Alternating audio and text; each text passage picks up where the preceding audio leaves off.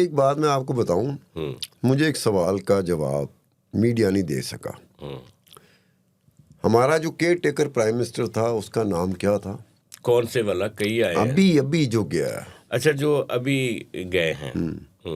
काकड़ साहब, काकड़ थे ना, अनवारुल हक काकड़। मीडिया की मुझे रिपोर्ट सारी बता दो निकाल के, मैं भी मीडिया का बंदा हूँ। किसी को पता था कि अनवारुल हक काकड़ केयर टेकर आ रहा है? नहीं। आखिरी वक्त तक हमने कोई 135 नाम बताए थे।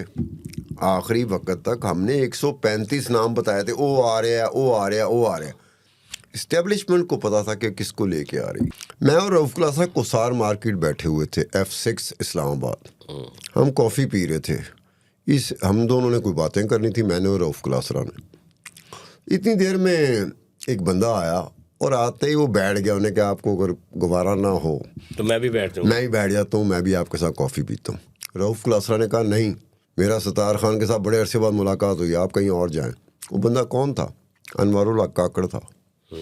जब ये केयर टेकर प्राइम मिनिस्टर बना तो मैंने पहला मैसेज रऊफ क्लासरा को किया था। मैं कहो, जिस बंदे को तूने बैठने नहीं ना दिया था वो बैठ गया है। वो बैठ गया, और ऐसी बड़ी सीट पे बैठा है जिसका हम सोच भी नहीं सकते थे।